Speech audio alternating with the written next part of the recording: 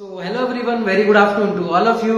जैसा कि आप सभी को पता है कि हमारा जो क्लास का शेड्यूल है वो ऑलरेडी आपको एक दिन पहले जो है वो हमारे यूट्यूब चैनल के माध्यम से, साथ में हमारे टेलीग्राम चैनल के माध्यम से और साथ में हमारे इंस्टाग्राम चैनल और व्हाट्सएप के द्वारा आपको ऑलरेडी बता दिया जाता है। तो दोस्तों, उससे पहले आप अगर हमारे जीत ऑन ट्यूब चैनल पे पहली बार आए तो ये जीत ऑन ट्यूब चैनल को सब्सक्राइब कर लीजिए और साइड में ही हमारा बेल आइकन भी है, उसको भी ऑल नोटिफिकेशंस पे क्लिक कर दीजिए ताकि ऐसी हमारी इंपॉर्टेंट क्लास और वैकेंसी से अपडेट्स आपको हमारे जीत ऑन ट्यूब चैनल के माध्यम से नोटिफिकेशन के थ्रू मिलती रहे। दोस्तों, आज का जो टॉपिक है हमारा वो फंडामेंटल ऑफ नर्सिंग का जो टॉपिक है वो रहने वाला है हमारा रीस्टेन।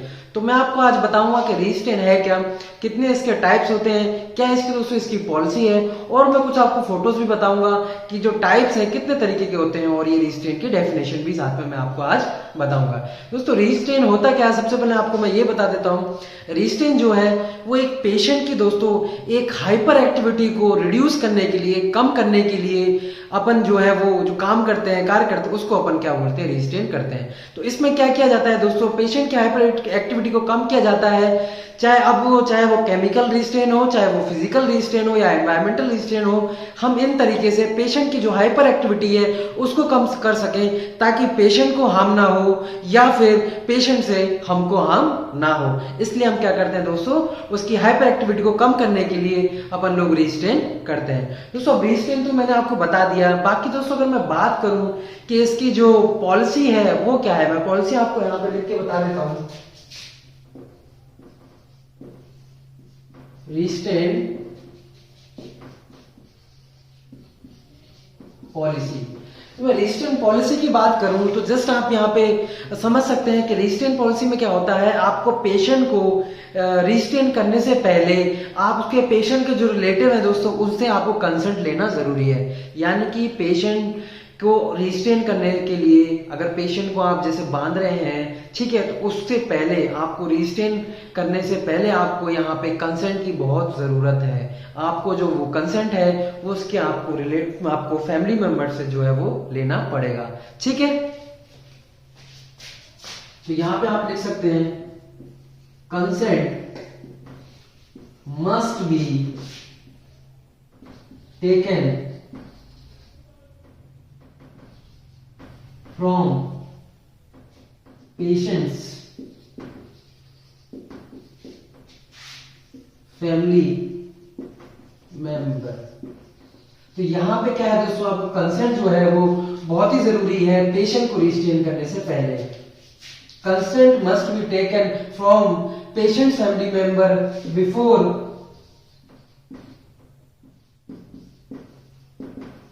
Before doing restrain. यहां पे आप लिख सकते हैं बिफोर पुटिंग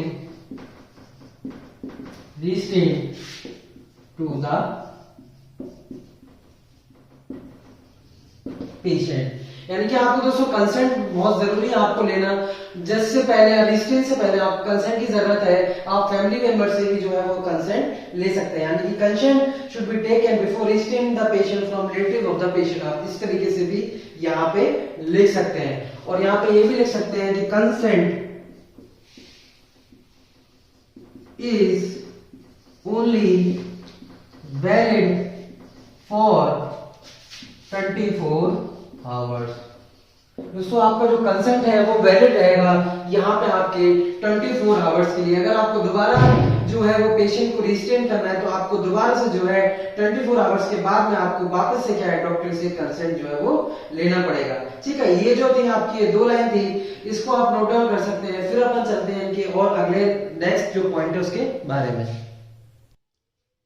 यहाँ पे अपन नेक्स्ट पॉइंट ये भी लिख सकते हैं, doctor order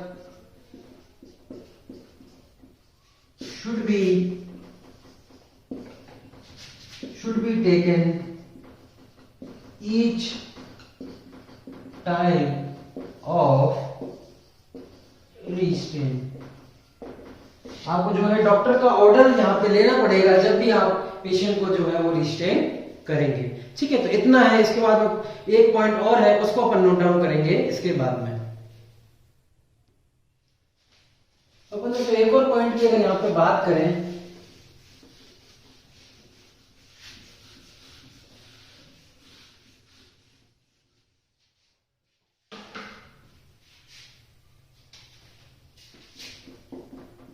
continuous restraint order should be revised every 12 hourly। अगर दोस्तों यहाँ पे अपन को पेशेंट को जो है कॉन्टिन्यूस रिस्ट्रेन करके रखना है तो ऑर्डर को अपन को दोस्तों रिवाइज करना है डॉक्टर के द्वारा। कब कब कब करना है? एवरी 12 आवर्सली आपको यहाँ पे करना है। और ये कांस्टेंट वो कंसेंट जो है वो दोस्तों यहाँ पे वैलिड रहेगा 24 आवर्स के लिए, ठीक है। और जब भी आपको नेक्स्ट कंसेंट लेना है वो 24 आवर्स के बाद आप दोबारा नया कंसेंट लेंगे, वो भी डॉक्टर के ऑर्डर के द्वारा। तो ये था दोस्तों हमारी रिस्ट्रेन जो है वो पॉलिसी। अब हम चलते हैं अपना जो नेक्स्ट है कि कितने टाइप्स के यहाँ पे होते हैं।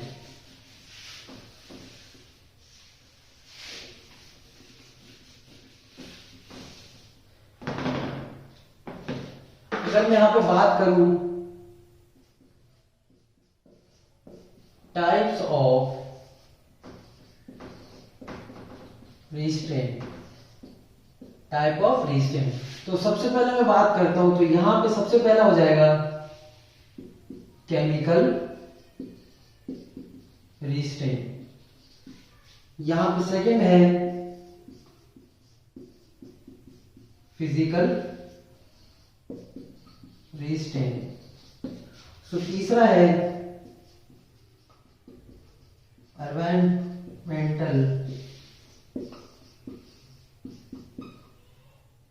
रिस्ट्रेंट, ठीक है। तो ये यहाँ पे दो टाइप के होते हैं, केमिकल रिस्ट्रेंट, फिजिकल रिस्ट्रेंट और एनवायरमेंटल रिस्ट्रेंट। अब हम ये इनके बारे में पढ़ेंगे कि केमिकल रिस्ट्रेंट कैसे होता है और फिजिकल रिस्ट्रेंट कौन कौन से होते हैं। उसमें दोस्तों हम लोग इसके क्या है फोटोज भी देखेंगे कि किस किस तरीके से यहाँ पे आपका केमिकल रिस्ट्रेंट या फिजिकल रिस्ट्रेंट आपको देखने को मिलेगा।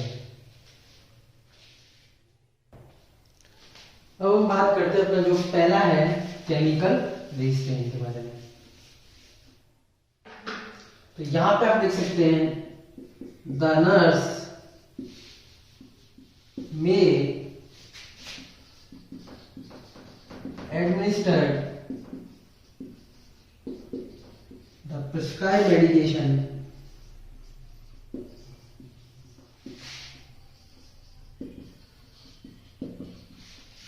without any consent if patient is dangerous to himself, herself or to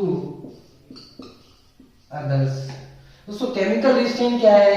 यहाँ पे कोई ना कोई मेडिकेशन के द्वारा, यानी कि कोई डॉक्टर प्रिस्क्राइब करेगा, वो मेडिकेशन के द्वारा हम पेशेंट को जो है रिस्ट्रेन कर देंगे। और ताकि इफ अगर जो हमारा पेशेंट है डेंजरस है खुद के लिए भी और स्टाफ के लिए भी या अदर पेशेंट्स के लिए भी, तो हम यहाँ पे बिना कंसेंट लिए भी जो प्रिस्क्राइब मेडिकेशन है दोस्तों वो यहाँ पे अपन लोग यूज कर सकते हैं पेशेंट की एक्टिविटी को रिड्यूस करने के लिए, जो पेशेंट की हाइपर एक्टिविटी थी उसको रिड्यूस करने के लिए। यानी तो फिर कोई भी केमिकल रिस्ट्रेंट में हम कोई ना कोई दोस्तों मेडिकेशन का यूज करते हैं ताकि पेशेंट की एक्टिविटी जो है वो कम हो जाए। और यहाँ पे अगर पेशेंट डेंजरस है तो हम बिना कंसेंट के भी पहले यहाँ पे इस केमिकल रिस्ट्रेंट को अप्लाई कर सकते हैं, देन बाद में अपन उसका कंसेंट जो है वो फैमिली से ले सकते हैं। तो ये था दोस्तों हमारा केमिकल रिस्ट्रेंट। इसका बाद में अपन चलेंगे अपना नेक्स्ट जो है वो फिजिकल रिस्ट्रेंट के बारे में।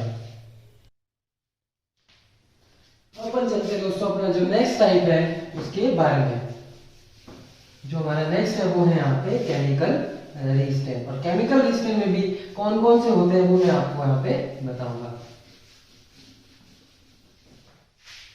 उससे पहले दोस्तों मैं आपको कुछ यहाँ पे पॉइंट्स ही बताऊंगा जो आपको रिमेंबर करने हैं जब भी पेशेंट को आपने जो है रिस्ट्रेन कर रखा है। वो पॉइंट्स मैं आपको इसके लास्ट में बताऊंगा, तो आप वीडियो को बिल्कुल एंड तक देखिएगा ताकि आपको जो इंपॉर्टेंट पॉइंट्स हैं वो यहाँ पे देखने को मिल सकते हैं। अपन देखते हैं अपना जो नेक्स्ट है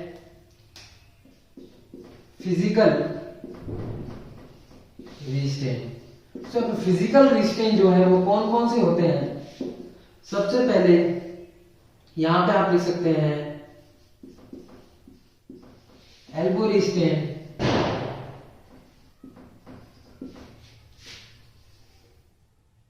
और यहां पे लिख सकते हैं रिस्ट रिस्टेन,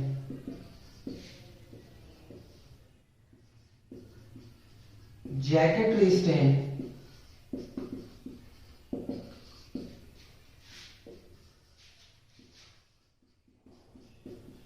मटन रिस्टेन। ठीक है, तो यहां पे आपके देखने को मिलेगा फिजिकल रिस्टेन में एल्बो रिस्टेन, रिस्ट रिस्टेन, जैकेट रिस्टेन और मिटन रिस्टेन आपको यहाँ पे देखने को मिलता है। ठीक है, तो इनको मैं आपको दोस्तों ये फोटोज वगैरह भी बताऊंगा कि किस तरीके से आप यहाँ पे इनके फोटोज के द्वारा भी आप इसको देख सकते हैं कि ये जो है वो किस तरीके के यहाँ पे होते हैं। बाकी आप एक और यहाँ पे लिख सकते हैं, वो है आपका यहाँ पे मम्मी रिस्टेन। ठीक है, तो ये यहाँ पे जो है 5 तरीके के मैंने आपको दिखा दिए कि ये जो है वो कौन कौन से होते हैं जो कि अपने फिजिकल रेजिस्टेंस है।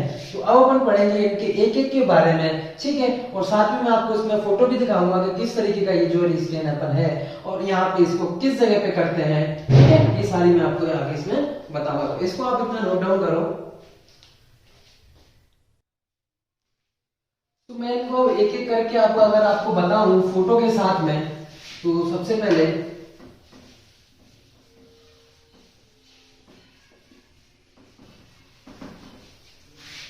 आपने दोस्तों ये पहले हॉस्पिटल्स वगैरह में इनको देखा होगा ये रिस्टेन वगैरह को। ठीक है, तो सबसे पहला जो अगर अपन इसकी बात करें तो सबसे पहले अपन बात करेंगे मम्मी रिस्टेन की।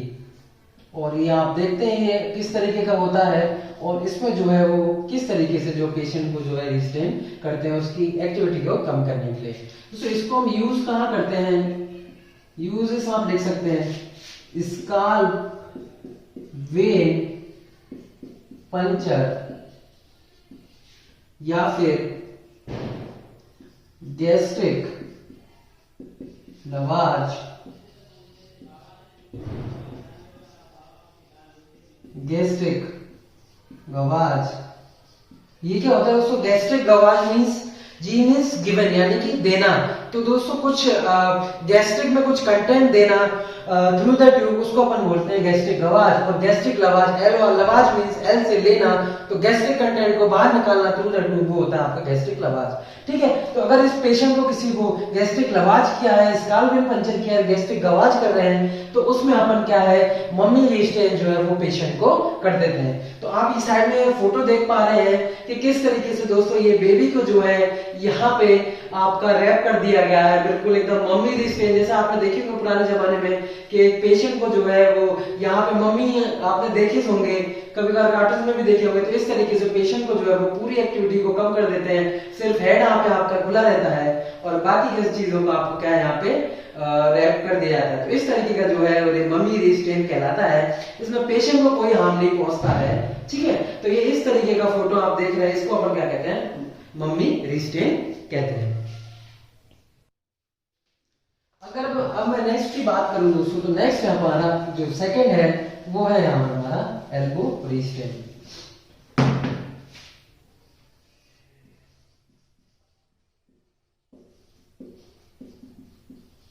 एल्बो रिस्टेन, अब इसकी बात करूं दोस्तों, ये इंडिकेशन की अगर इसकी बात करूं तो कहां पे यूज होता है इंडिकेशन। तो ये यहां पे यूज करते हैं अपन cleft lip and cleft palate surgery. ठीक है, तो जो ये एल्बो रिस्टेन है, तो एल्बो को अपन लोग रिस्टेन यहाँ पे कब करते हैं, अगर हमारा पेशेंट जो है हाइपर एक्टिविटी भी कर रहा है साथ में, जब यहाँ पे एक बेबी जो है उसकी क्लेफ्ट लिप या क्लेफ्ट पैलेट की जो है वो दोस्तों यहाँ पे सर्जरी होती है, उसमें अपन कौन सा यूज करते हैं एल्बो रिस्टेन करते हैं। तो इस तरीके का आप देख पा रहे हैं कि ये जो है दोस्तों ये यहाँ पे एल्बो रिस्टेन है, ताकि जो हमारा बेबी है वो डायरेक्टली जो है वो क्लेफ्ट लिप को क्लेफ्ट पैलेट जो वो जो इसमें लगा हुआ है उसको डायरेक्टली वो निकाल यहाँ पे नहीं सकता। लोगन को दोस्तों ये यहाँ पे इंस्ट्रूमेंट लगा है, इसको यहाँ पे निकाल नहीं सकता, इसलिए दोस्तों ये एल्बो रिस्टेन यहाँ पे किया हुआ है, जैसे कि आप ये देख रहे हैं।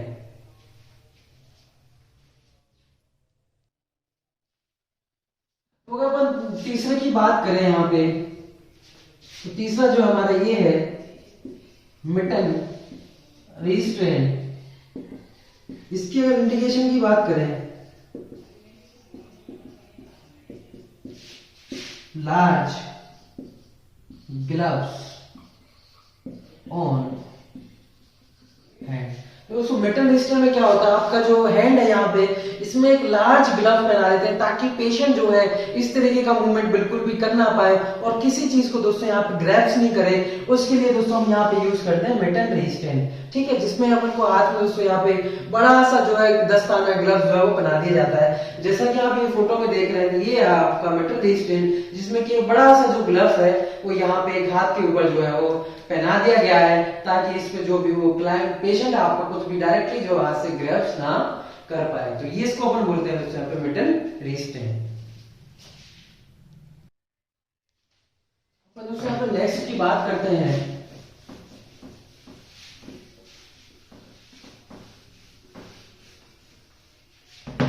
नेक्स्ट है हमारा जैकेट रिस्टेंट। तो जैकेट रिस्टेंट में क्या करते हैं, सबसे पहले यहाँ पे पेशेंट जो हमारा patient lying on supine position,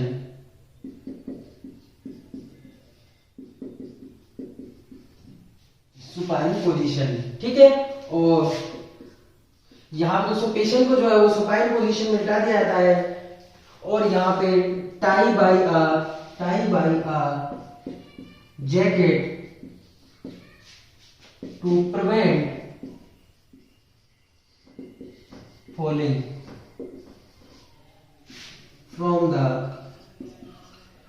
bed. दोस्तों इसमें क्या करते हैं, जैकेट रिस्टेंट में एक पेशेंट को सबसे पहले सुपाइन पोजीशन में लिटा दिया जाता है और उसको एक जैकेट पहना दी जाती है और उसको टाई कर दिया जाता है दोस्तों, ताकि जो हमारा पेशेंट है वो बेड से नीचे ना गिर जाए। उसकी हाइपर एक्टिविटी के कारण वो बेड से नीचे भी गिर सकता है और वो फॉल हो सकता है और उसको जो है वो पेशेंट को यहाँ पे इंजरी हो सकती है। तो उसको बचाने के लिए, उसकी एक्टिविटी को भी रिड्यूस करने के लिए हम यहाँ पे क्या यूज करते हैं दोस्तों, हम यहाँ पे यूज करते हैं जैकेट रिस्टेंट। जैसे कि आप ये फोटो में देख पा रहे हैं कि यहाँ पे एक पेशेंट को सुपाइन पोजीशन में लिटा के जैकेट पहना दी गई है और टाई कर दिया गया है ताकि ये पेशेंट जो है वो बेड से यहाँ पे फॉल ना हो सके। तो इसको अपन दोस्तों बोलते हैं अपना जैकेट रिस्टेंट। अब लास्ट में दोस्तों एक और है हमारा, उसको देख लेते हैं,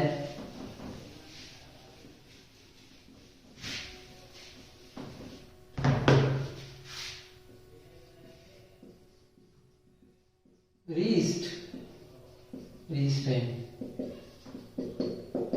ठीक है दोस्तों, यहाँ पे इसमें लिखा है रिस्ट रिस्टेंट, तो इसका भी मैं आपको फोटो दिखाऊंगा। तो दोस्तों सबसे कॉमन जो है हॉस्पिटल में यही यूज किया जाता है, जब भी पेशेंट यहाँ पे हाइपर एक्टिविटी करता है तो उसके दोनों रिस्ट को दोस्तों यहाँ पे जो है वो टाई कर दिया जाता है, ठीक है, ताकि उसकी जो हाइपर एक्टिविटी है वो कम हो सके और वो पेशेंट को भी यहाँ पे इंजरी ना हो। तो आप ऐसे ये फोटो में देख रहे हैं, इस तरीके से आपका जो है वो जो रिस्ट रिस्टेंट जो है वो कर दिया जाता है पेशेंट को, ताकि उसकी हाइपर एक्टिविटी को जो है वो रिड्यूस करा यहाँ पे जा सके। तो ये आपका रिस्ट रिस्टेंट जो है वो हो जाता है। ठीक है दोस्तों, ये तो थे हमारे दोस्तों यहाँ पे टाइप्स के बारे में। अब मैं दोस्तों आपको यहाँ पे कुछ इंपॉर्टेंट पॉइंट्स बताने वाला हूँ, जो पॉइंट्स आपको जो है वो रिमेम्बर यहाँ पे करके यहाँ पे रखने हैं।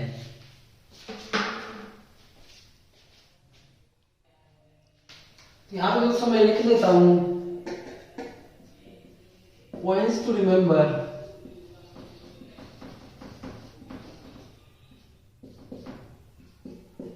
ठीक है दोस्तों, आपको यहाँ पे पॉइंट्स के रिमेम्बर करके रखने हैं कि दोस्तों यहाँ पे जब भी आपको हेल्थ केयर प्रोवाइडर से आपको कंसल्ट लेना है तो हेल्थ केयर प्रोवाइडर आपको मस्ट आपको ऑर्डर करेगा एक रेजिडेंट के लिए। तो यहाँ पे आप लिख सकते हैं हेल्थ केयर प्रोवाइडर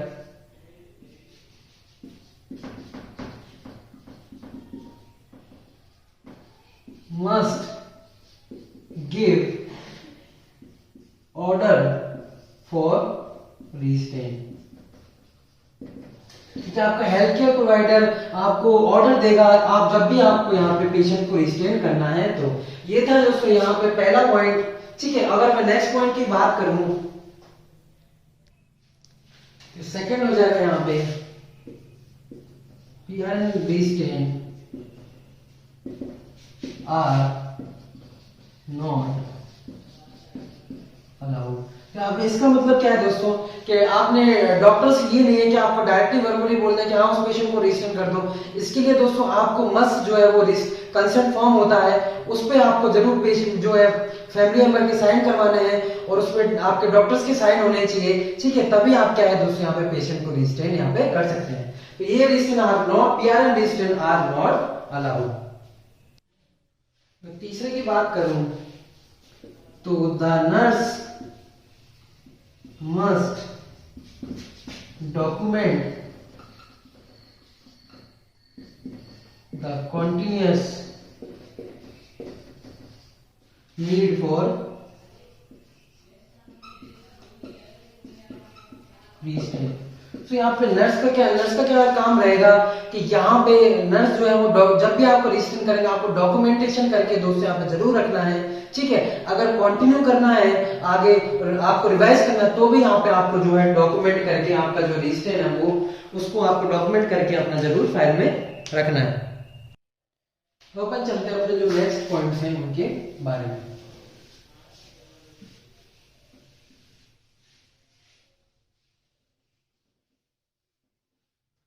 नेक्स्ट हमारा जो है the client must observe constantly if in restraint and observe and आपको ऑब्जर्व भी करना है यहाँ पे, and observe in every 15 minute, ठीक है। तो the client must observe constantly if in restraint and आपको क्या करना है एवरी 15 मिनट्स में क्या है दोस्तों यहाँ पे ऑब्जर्व करना है। फिर यहाँ पे आप ये भी लिख सकते हैं चेक इन एवरी 15 मिनट्स। तो ये आपका यहाँ पे फोर्थ पॉइंट हो जाएगा। और नेक्स्ट की मैं बात करूं दोस्तों इंपॉर्टेंट जो है hourly physical assessment should be